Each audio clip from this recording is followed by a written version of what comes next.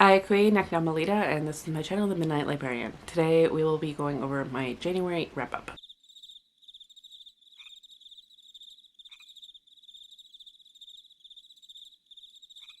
So January, in terms of reading, was fantastic. I absolutely loved it. I got 9 out of my 11 books on my TBR read, which is fantastic. I read 11 books total. Was it 9? No.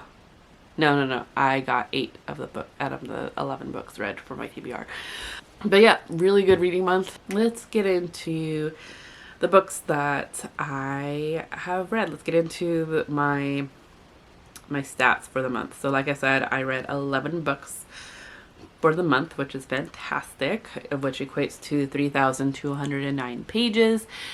And 68.89 hours. Just so you know that if I do read an audiobook, I do count the hours as well as how many pages are in the book, just because I like seeing the number. But I don't necessarily count, if I just read a physical book, how many hours it takes me along with the pages. I just count the pages because I don't like timing myself. I am a slow physical reader. For source, we have 7 audiobooks, and for physical, for format, we have 1 graphic novel and 10 novels. For audience, we have 8 adult and 2 middle grade, 1 YA. For genres, I have 2 fantasy, 3 horror, 1 literary fiction, 1 mystery, 3 nonfiction, and 1 thriller. Kind of all over the board there. And then for the rating breakdown, I have 0 1 star, 1 2 star, 2 3 star, 1 3.5 star, 3 4 star, 1 4.5 star, and 2 5 star. To get into the books that I read, so the first book that I read for the month of January was actually a rollover from December. I actually have been wanting to read this book for a while. I remember it being on like my wish list for the longest time, and for some reason I couldn't convince myself to purchase it, just because I wasn't sure if I was gonna like it or not. So I actually found this book as an audiobook through Libby, and was really excited to do so, and I ended up enjoying it enough that I wanted a physical copy, and that was My Lovely Wife by Samantha Downing. I really have always enjoyed this cover. It's even better in person because we can kind of see the reflection of the husband and the knife. But basically we are following the husband in here, which I don't think I ever really knew his name. I'm sure it says it at some point, but I can't remember what it is. But we are in his perspective. He and his wife have decided to spice up their marriage a bit by killing women. And it started off interestingly, and then as it progressed, it's starting to have some consequences that the husband didn't expect. He didn't expect it to affect more people than it has, and he is, not only is he holding secrets from his wife, but his wife is holding secrets from him, and everything ends up going awry. Yeah, I think I gave this 4 stars. It was narrated by David Patu, which was actually pretty good. But like I said, I enjoyed the cover, and I enjoyed this enough that I wanted a copy. So the next book I read did actually fulfill my Pokemon Cards Choose My TBR prompts for Ursa Ring, which was to read a contemporary. I don't know where that card went. I usually have a pretty good habit of like immediately putting them into a protective sleeve and putting them in a pile so that I know where they're all at. I guess I didn't do that for the beginning of January, unfortunately. So I would have liked to have held up the card with the book, but I may just put a picture of the card here. And the book was I chose for this was Venomous by Christy Cox, How Earth's Deadliest Creatures Mastered Biochemistry.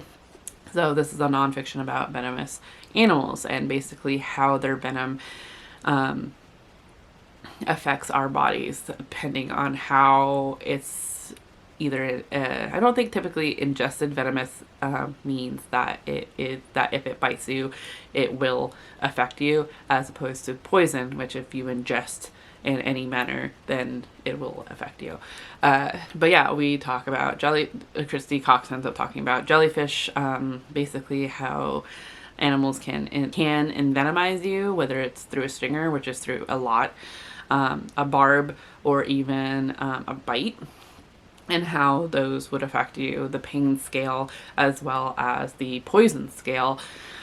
I don't know, it was ultimately really, really fun and interesting, and this was also 4 stars for me, and it was narrated by Emily Rankin, which I enjoyed. It's relatively short, but it was a fun read. I enjoy nonfiction, so it's always really interesting to me. This one gave me much like, it was actually very similar to Poison, which I read back in, it must have been November or October. I think it was a rollover. So it was Poison though. I've talked about it before, but much how that author talks about the poisons, poisonous plants, cyanide, etc., and how they affect our body chemically. That's what this reminds me of, because we end up talking about venom and how it affects our bodies chemically. So yeah, thought it was really fun. Next is another rollover from December, because I read fairly slowly, physically, and that is Our Wives Under the Sea by Julia Armfield. I like this cover. I know that BooksandLala, Kayla from BooksandLala, enjoys the other cover. I particularly really enjoyed this one. However, I don't think I enjoyed the book. I didn't mind it. Mind you. So we are following 2 women who are married. Leah is a marine biologist who ends up going down into a small submarine craft with 2 other people. What was supposed to be like a couple-week mission ends up turning into several months. Unbeknownst to them, they get stuck down in the middle, in the ocean, like deep depths, and are stuck down there. Her wife, Miri, we're following it so when we're following Leah's perspective, it's very much like we are looking into her time in the ocean. With Miri's, we are looking at the present time when Leah is back, but Miri believes that she's come back wrong. She's not herself anymore. Something has happened to her. And this is described as kind of a horror, but it's definitely like a slow burn horror. To me, it very much, like, the whole time I was reading this was kind of taking a trip to the beach, where like it could be nice, but you're kind of just meandering in the sand, and it's not that comfortable. Like, not like a good firm sand, like you're traversing some dunes. The sand's going halfway up your calf, if not to your knee. It's uncomfortable. It's kind of a work. It's a bit of a workout to get through this book. I didn't mind it necessarily. Will I keep this book? Probably not. I don't have any interest in rereading it. Gave it a 3. I would almost say it was a 2.5. I can kind of understand how some people enjoy it. I just particularly didn't. I think I'm just going to donate it to my university library and hope that others have the chance to enjoy it if they do. So yeah, I think that's what I'm going to do. But I do enjoy the cover of this. Next, I ended up reading a book that fulfilled Tentacruel? I think it was Tentacruel. That ended up fulfilling Tentacruel, and that, which is a water Pokemon, which is to read something, a book that's about or set in or around water. And for this, I ended up picking Rain, A Natural and Cultural History by Cynthia Barnett, and another nonfiction, and basically the title says it all, A Natural and Cultural History of Rain. It's the subject of countless poems and paintings, the top of the weather report, and the source of the world's water. Yet this is the first book to tell the story of rain. Rain begins 4 billion years ago, and the torrents that filled the oceans and weaves together science, the true shape of a raindrop, the mysteries of frog and fish rains, with the human story of our ambition to control rain, from ancient rain dances to attempts to blast rain out of the sky with mortars. Rain is a travelogue, taking readers to Scotland to tell the surprising story of the Macintosh raincoat, and to India, where villagers extract the scent of rain from the monsoon-drenched earth and turn it into perfume. Too much and not enough. Rain is shared as a shared experience, a unifying force in a fractured world. As climate change upends rainfall patterns and unleashes increasingly severe storms and drought rain's history as has much to tell about coming together to adapt in stormy times. So I thought it was really interesting. I think I gave it a 4.5 star. It was like almost a 5 star. However, I don't know if it was the narrator, because I ended up reading this as an audiobook. Who was the narrator? Christina Tracer, or if it was just a tone. I don't know if it was the tonality Christina put in here or if it was the tonality in general of Cynthia Barnett. But it was a very like not monotone but distanced. It felt very almost callous at the beginning when she describes rain dances and cultural aspects of the rain dance, almost like, how could they believe that? That's no. And it was just kind of callous to me, mostly because it was just like, okay, these are people's cultures, these are people's beliefs, like you can't just shit on them like that. So that kind of left a bad taste in my mouth. Also, the overuse of the word deluge. That was definitely the word for January, because not only was it repeated so many times in here, just use flood. I would have been fine with that. Particularly because Christina, the narrator, had a particular emphasis on deluge. So it couldn't just be sprinkled into the conversation. It was because the deluge. Da da da da da. So I got real frustrated with the word, and then I think right afterwards Stephen King announced that everyone should read The Deluge, and I'm like, I refuse on the principle of the word. So I'm over that word. Flood. Fine with flood. Otherwise, it was a pretty interesting nonfiction in general of just like, if not very linear. Which is fine. It just kind of went into like the history of rain and with that the history of earth, and we kind of went through several histories to follow the history of rain. I did not know that the government is still spending money in attempts to and thinking that they are producing rain. Very weird and interesting, I guess, in terms of, like rain seeding. Didn't think that was actually a thing. It is still a thing and has continued to be a thing. Yeah, it was really interesting. I really love this cover. So 4.5 stars. It was like almost a 5 star, if not for the word deluge and the kind of callousness at the beginning of the book. It was brought back up again, and she seemed a little more like, yeah, they believe this and this, and got more into it, as opposed to going, it's silly primitives. There were some interesting aspects of it that I was just like, what? Oh, and particularly the one that I like really stuck with me was Morton Salt. When it rains, it pours. It's actually a Morton Salt logo, because salt used to stick together, clump together when it started raining, so until they put a chemical in it that made it so it didn't happen. So when it rains, it pours, hence the logo for the Morton Salt Company of the girl pouring salt out when it's raining.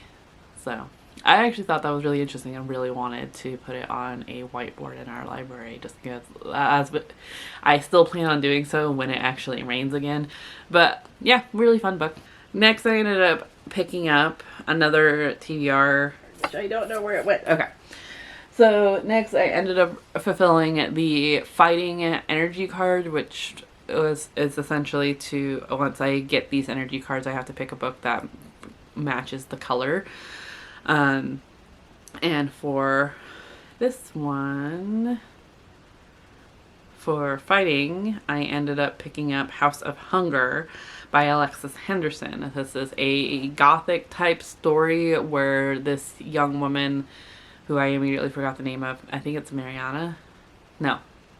Marion? I think it's Marion. I'm not entirely sure though. Is living in the South. I'm not sure where this is. I assume it's a fantastical land. Made up land of sorts. She lives in the South. She lives in the slums. She doesn't want to live in the slums anymore. So when she ends up finding an advertisement about being a blood maid, she's intrigued. However, blood maids are kind of looked down upon in the South, of kind of just selling out your body to nobles. And it's not a, in the South, it's not like a respectable job. However, Marion, or whatever her name is very intrigued because she feels like, and she's heard that blood maids actually have it pretty nicely.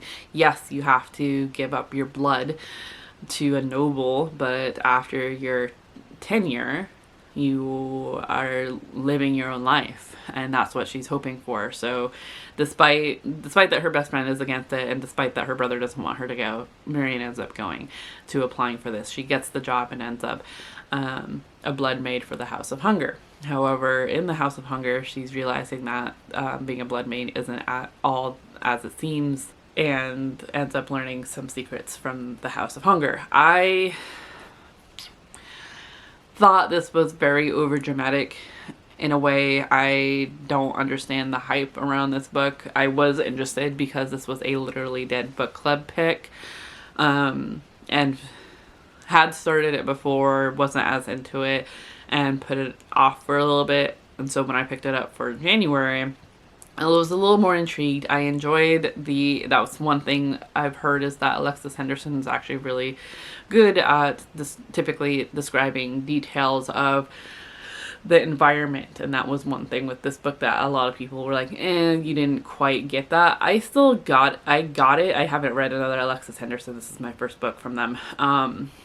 I could really picture everything around the house, the details of the house itself.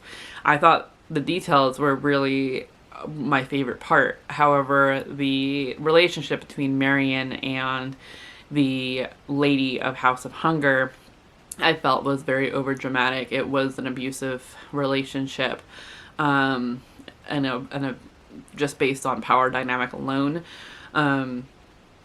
But it was also, the timeline was weird. I feel like we got a lot of details in one area and not so much in the other. I almost felt like this could have been a longer book in a way.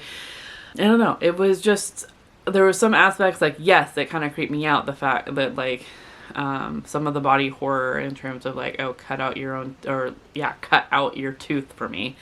I was really nervous about that one. But otherwise, I don't know. I didn't quite click for me.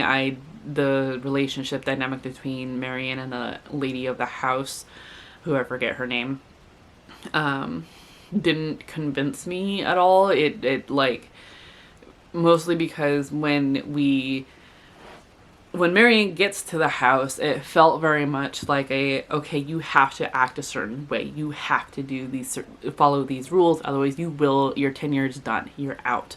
And so that kind of gave this image that the lady of the house is very rule-based and very, like, you can't, like, very much you have to respect the lady of the house. Like, and that she was, like, I don't know, there was just this element that it made me feel like she was going to be harsher than she kind of came out to be. Mostly because, like, you know, Marion ends up breaking a couple of these rules of just, like, you know, you don't go to the ladies' chamber unsummoned. And Marion ends up doing that several times and doesn't get in, like, there's no consequence to it, which makes me feel like, okay, then why are these rules even in place?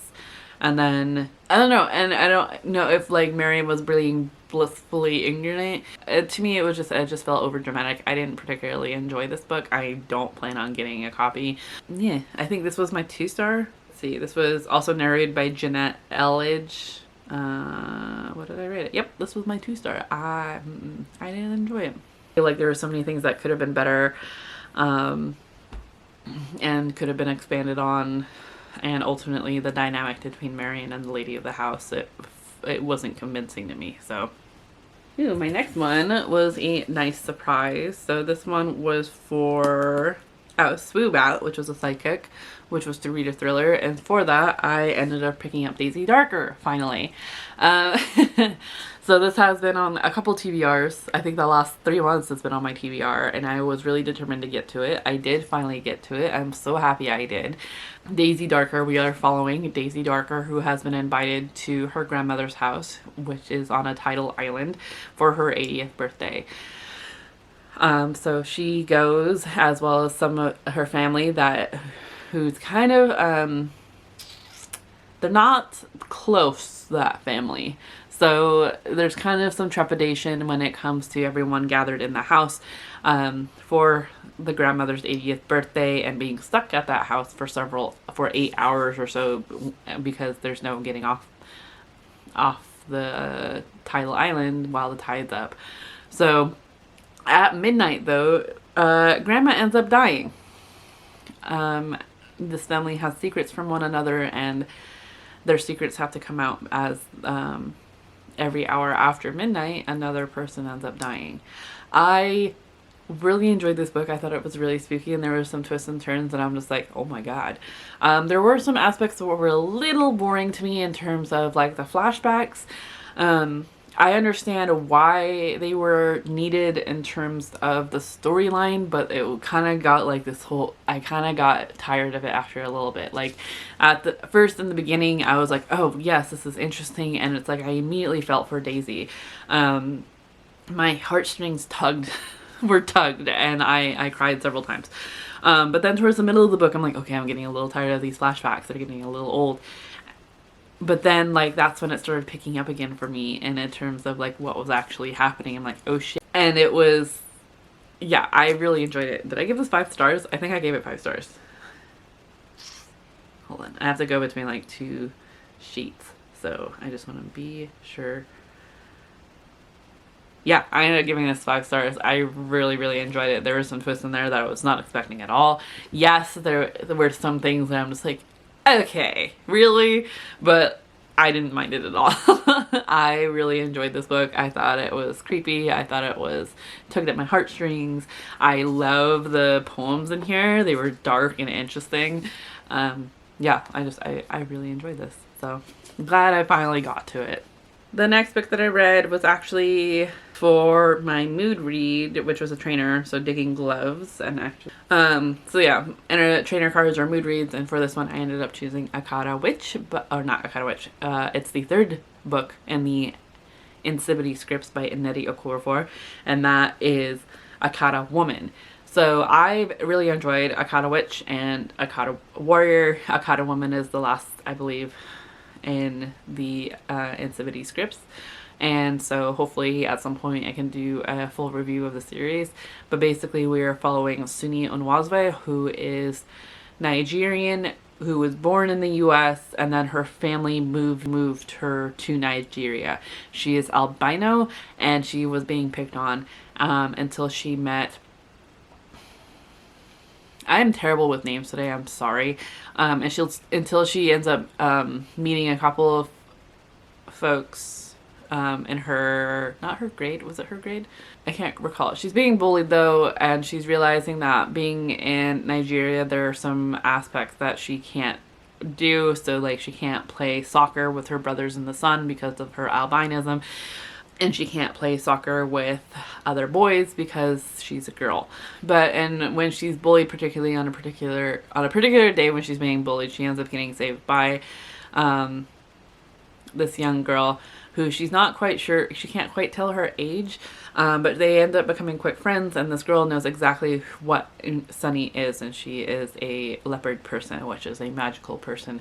Yeah, and we get up and introduced to this whole society and this whole world, and Sunny ends up realizing that she does have some magical ability, whether it's because of her albinism or because of a lineage that she was not aware of.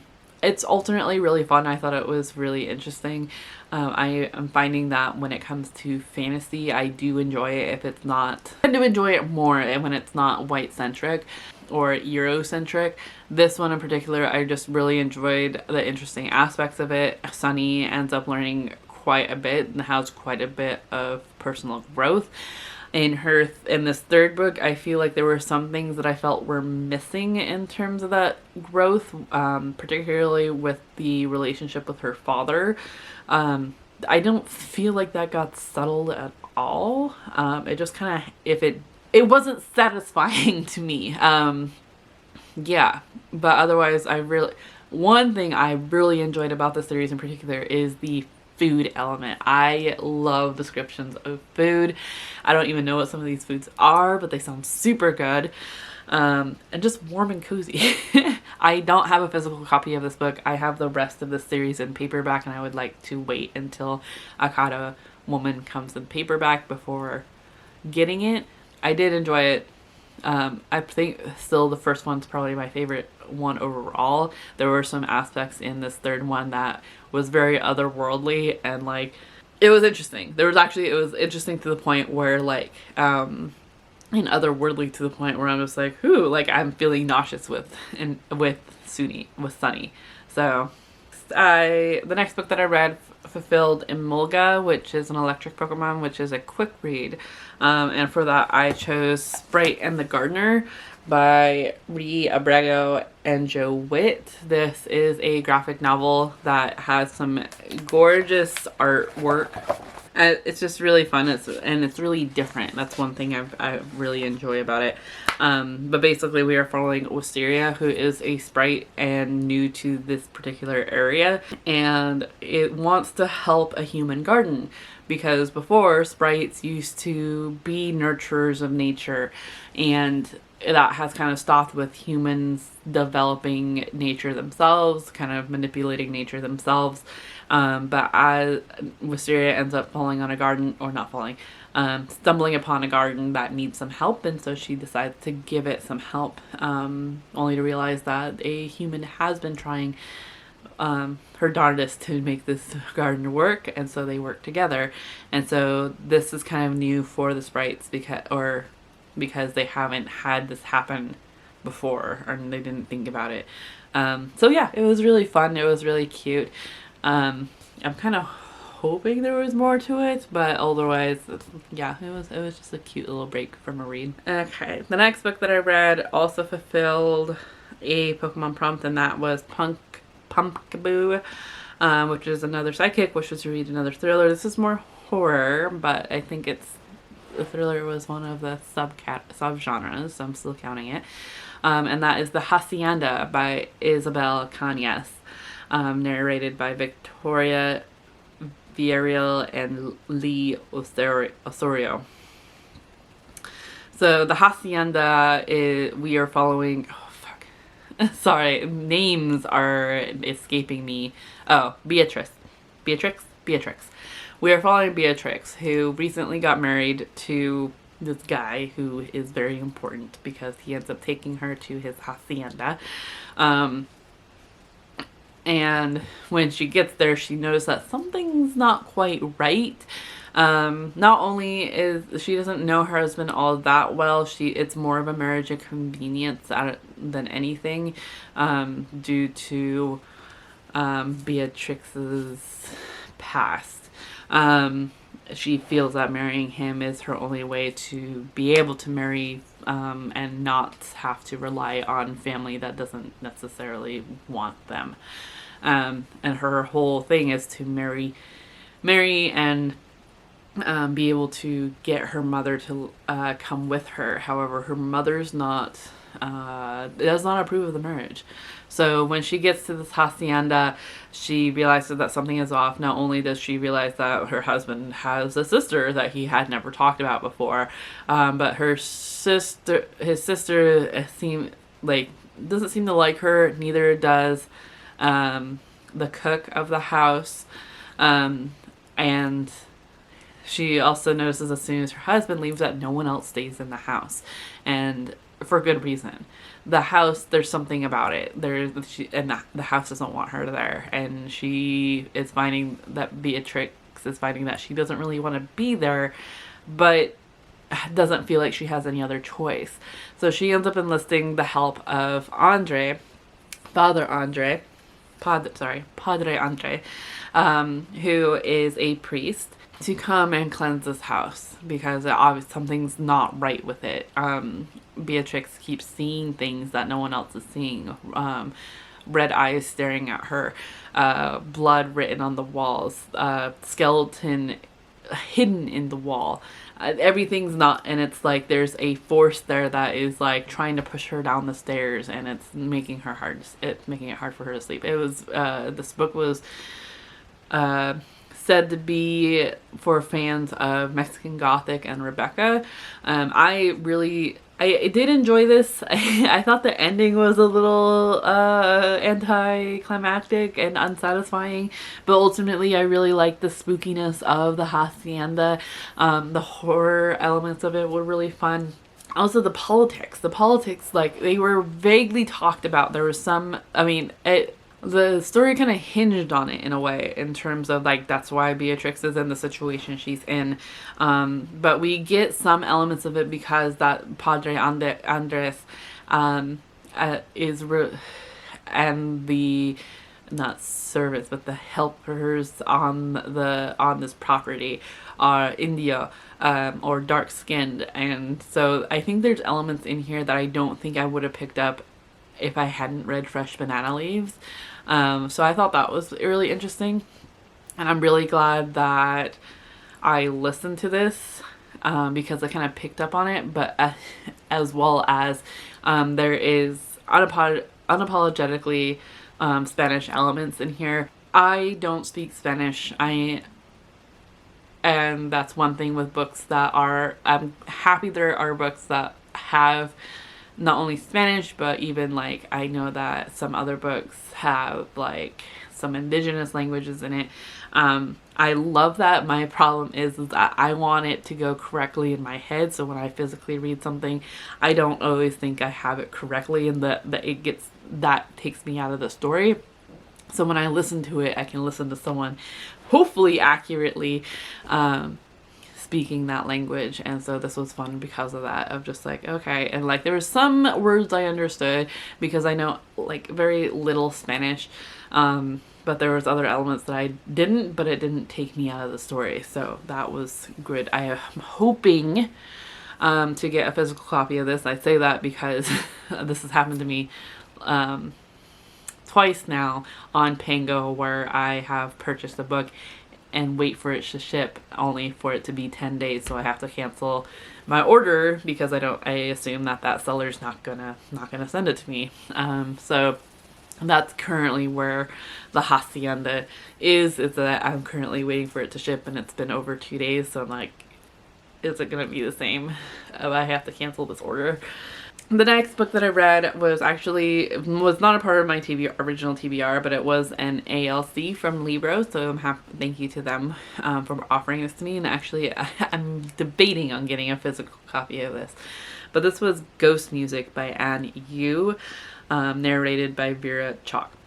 This is a very strange book. I don't know how. Okay, let me just read you this. Okay, for 3 years, Song Yan has filled the emptiness of her Beijing apartment with the tentative notes of her young piano students. When she married, she gave up her own career as a concert pianist, but her husband, Bowen, has long rebuffed her desire to have a child. Instead, she must accommodate her mother-in-law, newly arrived from the province of Yunnan, and bringing with her long-buried family secrets. Soon, strange parcels start showing up on the doorstep, and Song Yan's dreams become troubling and claustrophobic. Striking out alone through the winter city, she finds herself pulled into the ancient hutongs to comfort the source of her unease. In a silent room in a timeless house, she can find the note she needs to make sense. Can she find the note she needs to make sense of all the pain and beauty in her life? Evocative, magical, endlessly inspiring, Ghost Music is a captivating journey through memory, expression, and self-discovery towards the shimmer of new beginnings. So I kind of want a physical copy because I feel like this book, particularly, it's a gorgeous cover. I absolutely love this cover. But also because I feel like it's one of those books where it's like I didn't quite understand it and didn't quite get it the first time around. I rated it a 3, but it was like just because it's in the middle, because I don't quite understand how I feel about it. There were elements in here that I felt were really interesting and musical. And I really love this like love letter to piano, and like the intimidation it is to be a concert pianist and to be able to match up and give in the feeling to create music. But there was also elements that like really just irritated me because it was unsatisfying. Like Songyan not confronting Bowen about some of these family secrets. Like, she completely doesn't. She's so passive about it. I don't understand. And maybe that's the point. I don't know. I kind of want a physical copy just to see if, like, at some point I reread it and I'll get a different message from it.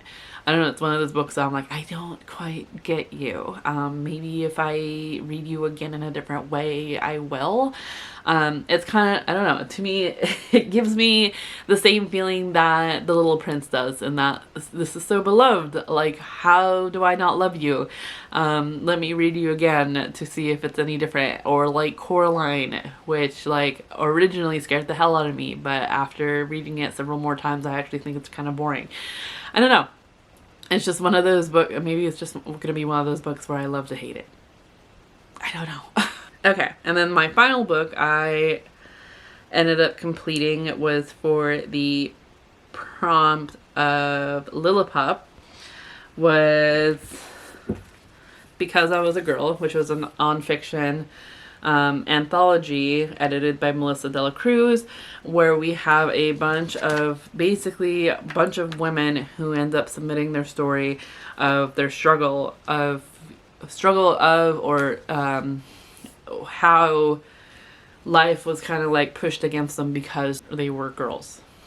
So we have Elizabeth Acevedo, Libba Bray, a bunch of people that I feel like I should know and I don't, but I think that's pretty interesting. We have a very diverse group of women in here, and towards the end I thought it was cute in particular, or nice in particular, to have young girls describe how, like, it doesn't, because they're little, and because the way was paved for them of sorts by the women previously in this book, that they haven't been discriminated against because they were girls. For a couple of them, there is one in particular who is trans, who I thought was a very impactful story in terms of, like, because they're trans, that shouldn't be their only identity. And it was kind of them realizing that, as her realizing that, and realizing that she is more than being trans, and that if no one else gets that, that's their problem. That's not her problem. So I thought that was really cool. But yeah, it was fun, of sorts. It was just kind of, it was an interesting book. I don't think I'll keep this either. If anything, I'm gonna see if a local elementary school will want it, because I do think I think this was categorized as middle grade. I almost want to say young adult, but I'll see if a local school would want it. That is all the books that I have read for the month of January. I was not able, let's see, so I am currently reading for Drampa. I am currently reading The Last Graduate, which was what I chose for it. I'm not that far in. I think not even a third, not even a quarter, I don't think. I am enjoying it so far, so it is going to just roll over to February. This is just the book jacket. The actual book is in my room. I also wasn't able to get to The Half-Built Garden, but that will be put back into my TBR shelf, and hopefully it will be put onto another TBR at some point that I can hopefully get to. So, oh, I also wasn't able to get to Dead Water. I did start this, but just wasn't feeling it. So the narrator has an accent. Not to say that I don't mind. I don't like narrators with accents. It's just like, it's a heavier accent than what I'm used to. It's one I'm finding it's a book I'm finding I can't do an audiobook I can't do other things with, like other things while reading it. This would be a good one if I were driving, but when I'm not, but when I'm doing chores or doing work, particularly work, I cannot work while reading this book. A part of my brain power is focused on it. So it kind of just needs that. So I that's what I found, is that I had a hard time with that. So I'm either going to have to get a physical copy and read it that way, or just read it while I'm driving. I'm sorry, I'm getting a little wiggly. I've been sitting for too long. I also want coffee. So yeah, that is my reads for January. If you read any of these, please let me know your thoughts down in the description or down in the comments down below as well. Let's see, if you've made it this far, let's put some kind of flower emoji. Why not? Otherwise, I hope that your January went well. I hope your February gets even better, and I hope that you are in the mental mindset to enjoy your reading. I will see you in another video very soon. Chew.